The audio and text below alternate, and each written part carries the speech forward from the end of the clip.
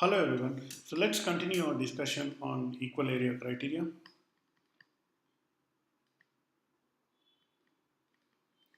And then here the case that we are going to look at is with fault resulting in loss of transmission capacity.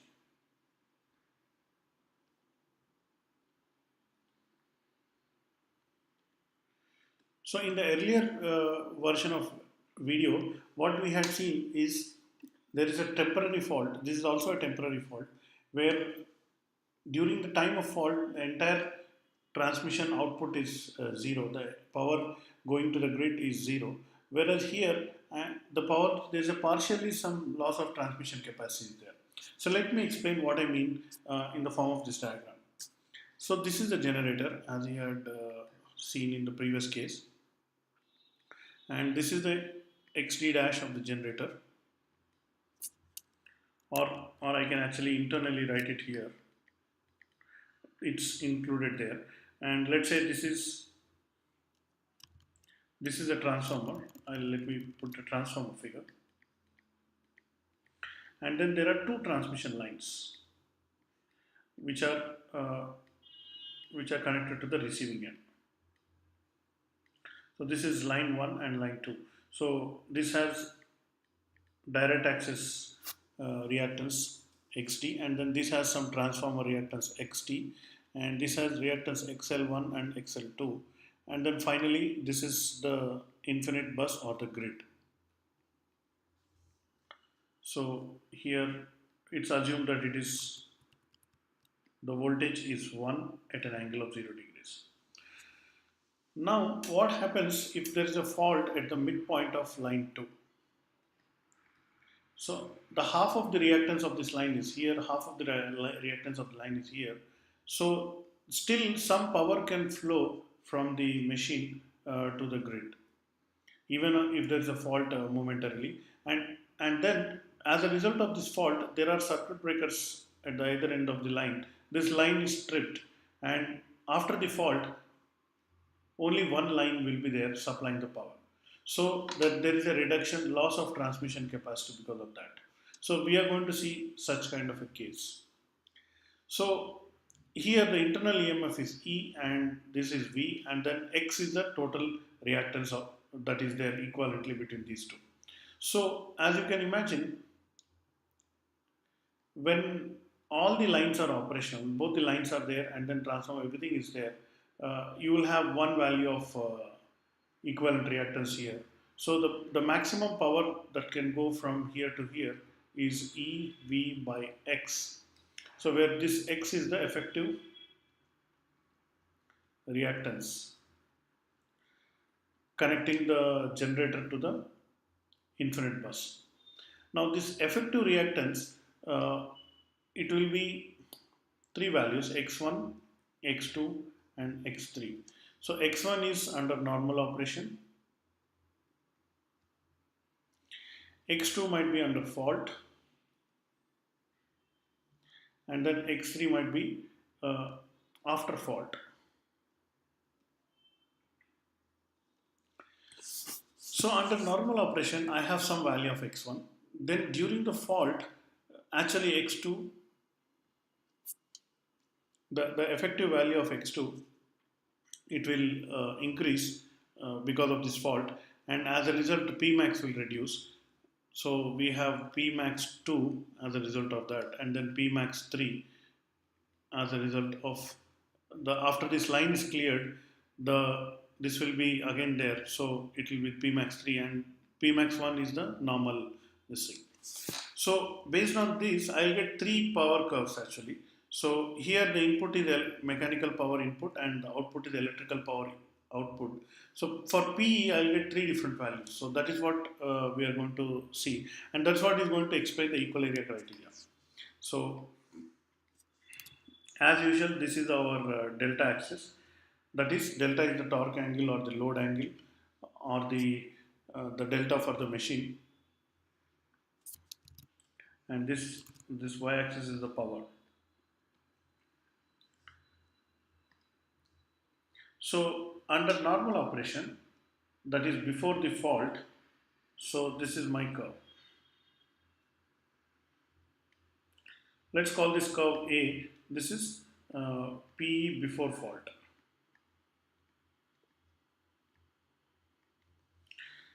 Then during the fault, the power capacity is reduced. So this is a curve. Let's consider this is curve B. This is P during fault. Now fault is cleared after some time, and then we'll get another curve.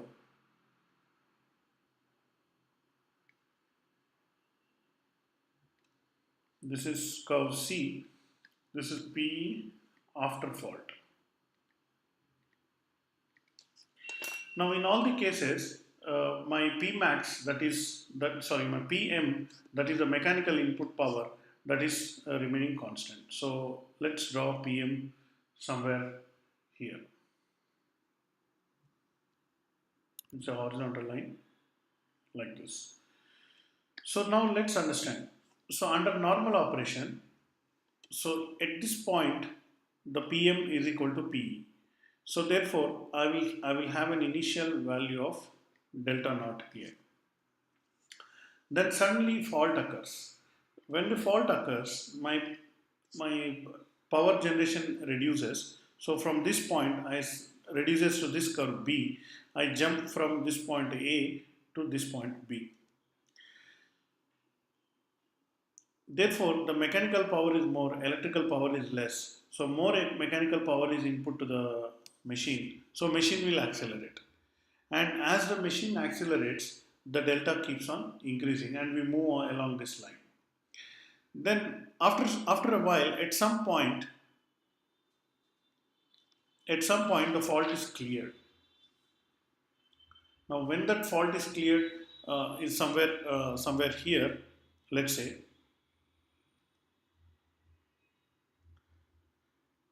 When that fault is cleared, at that instant, let's say the angle is delta 1. So, or delta C, we can call it as a clearing angle or critical clearing angle. When the fault is cleared, my power curve will go back to C. So I was on A, then from A I jump to this B, and then now here I jump back to point C. So I put C here and D here. So just to know A to B, B to C. At point C, the fault is cleared, so I go to D. So here, electrical power is more than the mechanical power. So rotor starts decelerating. But still the rotor will overshoot because so far it has been accelerating. And the area that is representing the area of acceleration is this one. So from this point onwards, the rotor starts decelerating and it can achieve maximum area up to this point or earlier to this. But here I have assumed that I'll break the circuit at the, I'll clear the fault at critical clearing angle. So therefore this C is here such that I go all the way up to delta max here. Now this delta max is on line C. So from here, this is the area that is, let me give it a different shade.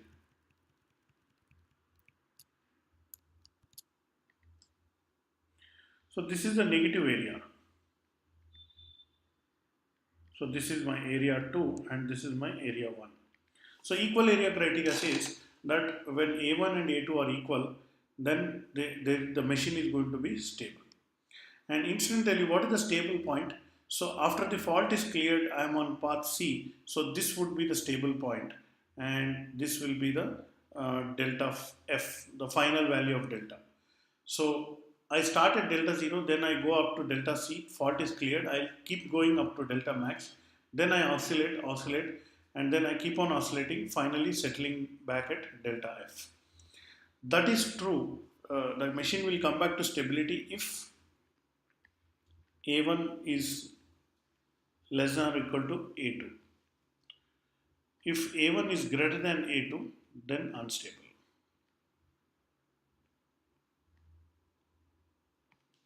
So therefore, it is now the next job is to define what is delta C or calculate what is the value of delta C, the critical clearing angle at which the stability is maintained. So a little bit of mathematics needs to be done after understanding this diagram. So the mathematics is like this. I want to expression for area 1 and I want expression for area 2. So area 1 is pretty straightforward. So because I know this, so let's assume the peak value is P3 max, whereas here the peak value is P2 max. So P1 max we don't require here. So let's do some mathematics on this. So what is area 1? Area A1. It is integration of from delta naught to delta C. So delta naught to delta C. The PM is positive minus this P, this is negative. So that is P3 max sine delta. So this curve is subtracting from that. So I get this area. So this is my area 1. So what is area 2?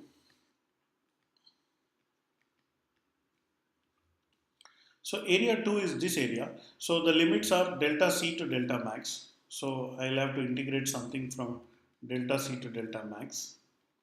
And what I have to integrate is the higher value is the electrical power with P2 max as the amplitude.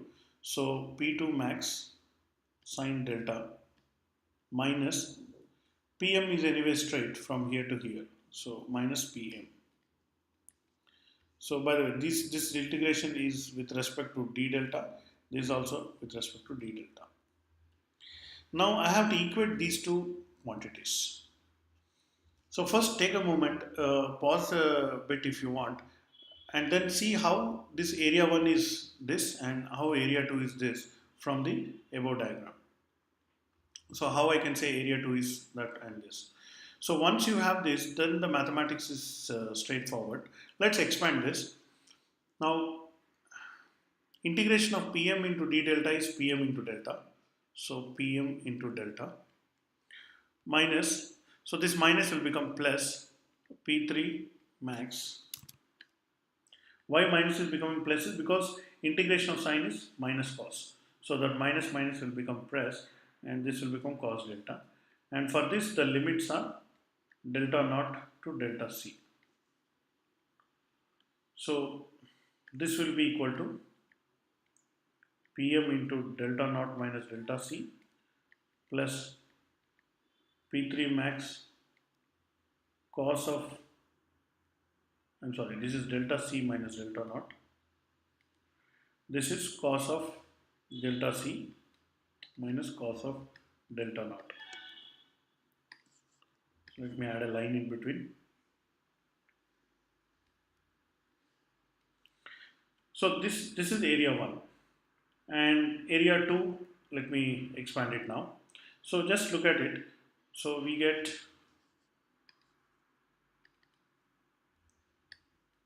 P2 max. Now sine delta integration is minus cos delta and then the Pm integration will be Pm into delta. And then for this the limits are delta C to delta max. Now if I again further expand this,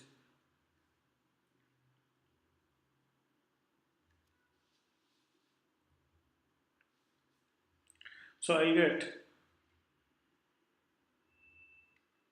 minus P2 max. Now here I have to use cos delta max minus cos of delta C minus Pm into delta max minus delta C. So this is area 2, area A2 and this is area A1 and these two are equal. So when I equalize them, so I can cancel out some terms. So for example, Pm into delta C is here. Here also Pm into delta C is there. So these two terms will cancel out. and then I'll write down the other terms. So Pm into minus delta naught. So this term I have written. Then P3 into this.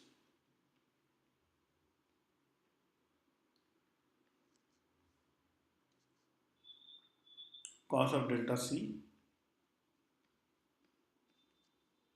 In fact, I'll open this bracket. So plus minus P3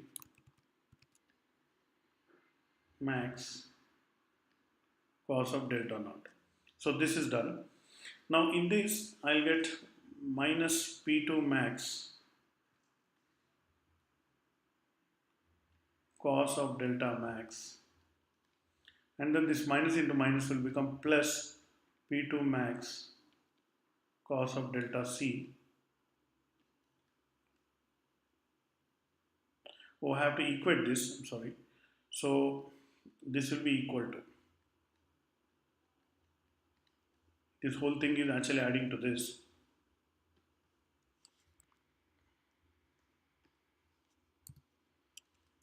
So here I get P2 into cos of delta C. Okay, this is plus, and then here this term is anyway cancelled, so minus Pm into delta max. So from this entire equation, I want to solve for cos of delta C. So how to solve for cos of delta C? So you see these two are here, so I can bring these two terms on the left side. So P3 max minus P2 max multiplied by cos of delta C.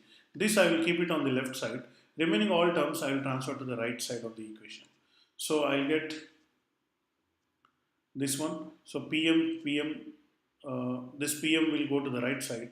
So Pm into delta naught minus delta max.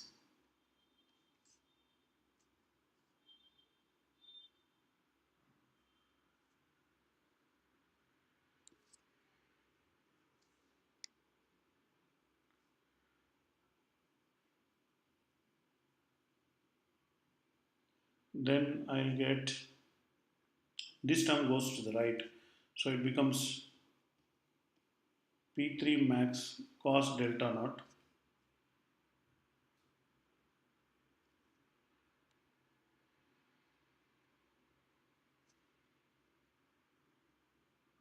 I think I'm missing a minus sign somewhere. Yeah, so this outside minus sign I'm missing. So here it will be minus, and then for this term, minus into minus it will be plus, and this term will still remain minus. Anyway, I think I have the final expression with me. Let me write it down so that there are no mistakes in this thing. So final expression, I'll get cos of delta C should be equal to Pm delta max minus delta naught plus P3 max and cos of delta max minus P2 max cos of delta naught. So this whole thing divided by P3 max minus P2 max. So this, from this, everything on the right side we know. So we know P3 max, P2 max, we know delta max, we know delta naught. All these things we know. So I can find out what is the critical clearing angle. So finally this is the formula for critical clearing angle. Solving the above, we get this. So this is,